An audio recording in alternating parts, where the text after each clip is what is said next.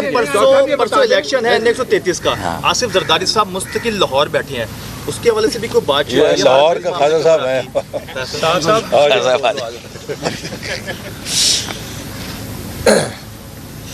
5 دسمبر کو NA133 میں election ہے. انشاءاللہ تعالیٰ کل اس پہ سیر حاصل گفتگو کریں گے، کل پریس کانفرنس کریں گے. جہاں تک تعلق ہے PTI تو میدان سے بھاگ چکی ہے. ایک اور سیاسی جماعت وہاں موجود ہے جس نے 5500 ووٹ لیے تھے. جو شکایات آئی تھیں اس پر میں کھل کے جان بوجھ کے بات نہیں کر رہا، کیونکہ جب ہم بہت کھل کر بات کرتے ہیں تو پھر اس وقت ایک متحدہ پارلیمنٹری اپوزیشن بنی ہوئی ہے، اسے نقصان پہنچتا ہے. لیکن جو کچھ NA 133 میں کیا گیا ہے یہ کسی طرح پر مناسب نہیں تھا. جو جعلی ویڈیو بنائی گئی تھی مسلم لیگ نون کے پوسٹر لگا کے، وہ لوگ آپ کے علم میں ہے کہ پکڑے گئے ہیں اور ان کے خلاف قانونی کارروائی ہو رہی ہے، اور یہ ثابت ہو چکا ہے کہ PMLN اس طرح کے مکروہ دھندے میں شامل نہیں تھی. ایک بات میں ضرور کہوں گا کہ جن کے ساتھ الیکشن میں ایک دوسرے کا مقابلہ ہو رہا ہے تو ہم نے مشورہ اعلیٰ ترین سطح پہ یہ ضرور دیا تھا کہ یہ کام نہیں ہونا چاہیے. تو مشورہ اپنے سیاسی مخالف کو بھی ذمہ داری کے ساتھ اور دیانتداری کے ساتھ دینا چاہیے. میرا خیال ہے کہ میں اس وقت مناسب نہیں ہوگا کہ زرداری صاحب کے اس خاموش وزٹ پہ تبصرہ کروں جو کئی دن سے وہ لاہور میں تشریف فرما ہے. وہ تبصرہ پھر کس وقت کریں گے. بہت شکریہ. مسلم لیگ نون کی جہاں اس وقت ملک کے حالات کے حوالے سے اور پوری PDM کی نہایت ہی تشویشناک ہم نگاہ سے دیکھ رہے ہیں، اور ملک کو بچانے کے لیے جو کردار اس وقت PDM ادا کر رہی ہے، ہم سمجھتے ہیں کہ تمام جمہوریت پسند قوتوں کو آئین کے پرچم کے تلے پاکستان کو بچانے کے لیے، پاکستان کو اس اکنامک سرنڈر سے نکالنے کے لیے جو کہ عمران حکومت نے پاکستان پہ مسلط کر دیا ہے. مجھے بحیثیت پاکستانی الفاظ نہیں ہیں کہ میں یہ بات کہہ سکوں کہ آج پاکستان کی معاشی خود مختاری کو سرنڈر کر دیا گیا ہے، IMF کے سامنے سرنڈر کر دیا گیا ہے، اور ایک برادر ملک سے امداد لینے کے لیے سرنڈر کر دیا گیا ہے. یہ وہ چیز ہے کہ جو کوئی خوددار پاکستانی، کوئی ایسا پاکستانی جس میں اس ملک کے وقار کی حمیت کا ایک قطرہ بھی ہے، برداشت نہیں کر سکتا. 6 سیکٹری خزانہ تبدیل کیا گیا ہے، 5 سے زیادہ وزرائے خزانہ تبدیل ہو چکے ہیں، اور 5 سے زیادہ ہی چیئرمین FBR تبدیل ہو چکے ہیں. یہ ملک ایک نالائکی اور نااہلی کی تجربے گاہ بنا کے اس کی معیشت کی اینٹ سے اینٹ بجا دی گئی ہے 3.25 سالوں میں. وہ پاکستان جسے ہنستا بستا ہم نے چھوڑا تھا، اور ہماری قیادت نے نواز شریف صاحب کی وزارت عظمیٰ اور ان کی قیادت میں محنت کے ساتھ، نہایت ہی جفا کشی کے ساتھ اس ملک کو پیروں پہ کھڑا کیا تھا. یہ دنیا میں CPEC کے لحاظ سے ایک پہچان اس نے حاصل کی تھی اور مرکز بن رہا تھا. آج وہ ملک عالمی گداگر بن گیا ہے.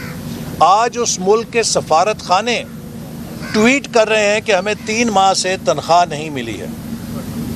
اس کی ہم تحقیقات کریں گے، چونکہ اگر یہ حکومت اپنے سفارتکاروں کو تنخواہ نہیں دے رہی تو یہ ڈیفالٹ کر گئی ہے. یہ پاکستان کے جو حالات ہیں غیر معمولی ہیں، اور ہم جیسے فاروق ستار صاحب نے بھی خواہش کا اظہار کیا کہ قومی سطح کے اوپر تمام جمہوری قوتیں اشتراک عمل کریں، اس میں ان کی اس کوشش کو ویلکم کرتے ہیں. مسلم لیگ نون کے نزدیک کراچی پاکستان کے معیشت کا دل ہے، اور مسلم لیگ نون کی قیادت نے اور نواز شریف صاحب نے 2013 میں سب سے پہلا قدم کراچی کے امن کو قائم کرنا، کراچی کے اندر روشنیوں کو بحال کرنا اپنی ترجیح متعین کی. اور ہم نے الحمدللہ وہ کراچی جہاں بھتہ خوری، ٹارگٹ کلنگ اور پرچی مافیا اور معیشت بند، کارخانے بند، سرمایہ کار بھاگ رہا ہے، اس کراچی کو وہاں کے کراچی کے سٹیک ہولڈرز کے ساتھ مل کر، سب قوتوں کے ساتھ مل کر نواز شریف صاحب نے اس میں امن بحال کیا. آج کوئی کراچی کی ماں یا بہن جب اس کا بیٹا یا شوہر گھر سے نکلتا ہے تو مسلح پر نہیں بیٹھتی، لوگ امن کے ساتھ سفر کرتے ہیں. لیکن پی ٹی آئی جس نے 14 سیٹیں لیں اور حکومت بنائی، اس نے کراچی کو کچھ نہیں دیا. تو کراچی کے اندر جو ترقی ہے اس کو بحال کرنے کے لیے، اور مسلم لیگ نون کا بلدیاتی اداروں کے حوالے سے موقف ہے کہ جمہوریت اس وقت تک بحال نہیں ہو سکتی، مضبوط نہیں ہو سکتی، جب تک کہ تیسرا درجہ جمہوریت کا مؤثر طور پہ قائم نہ کیا جائے. اور جو بڑے بڑے شہر ہیں پاکستان کے، چاہے وہ کراچی ہے، چاہے وہ لاہور ہے، چاہے وہ پشاور ہے، چاہے وہ کوئٹہ ہے، ان شہری آبادیوں میں مؤثر بلدیاتی اداروں کا قیام مسلم لیگ نون کی ترجیح ہے، اور اس کے لیے ہم تمام جو سیاسی قوتیں ہیں ان کے ساتھ مل کر انشاءاللہ کام کریں گے. اور اب آخر میں صرف یہی کہوں گا کہ پاکستان کو جن خطرات کا سامنا ہے، اگر معیشت کا جہاز اڑ نہیں رہا تو کیبن کرو بدل کے یہ جہاز نہیں اڑے گا. اب پائلٹ کو بدلنا ضروری ہے. احسن صاحب سے، فائز رفیق صاحب سے، آپ کی باتیں بالکل درست. معیشت صحیح سمت پہ نہیں جا رہی، مہنگائی، بے روزگاری.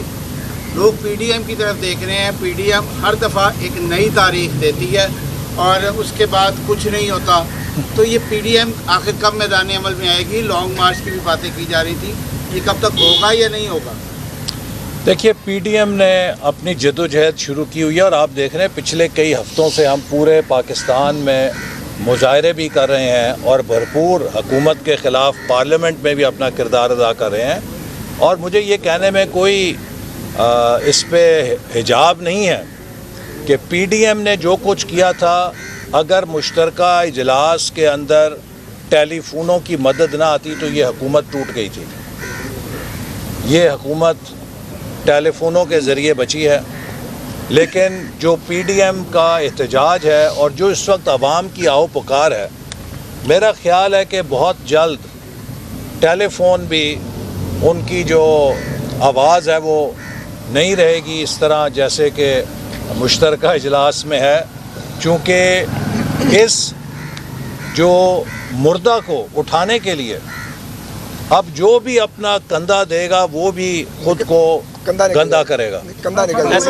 آپ نے ابھی ایک سوال کیا تھا NA-133 کا، میں صرف ون لائنر یہ کہنا چاہوں گا، اگر کسی نے لاہوریوں کو بکاؤ مال سمجھا ہے تو 5 دسمبر کو لاہوری اس کی طبیعت نتیجے کے ساتھ صاف کر دیں گے. لاہوری بکاؤ مال نہیں ہے.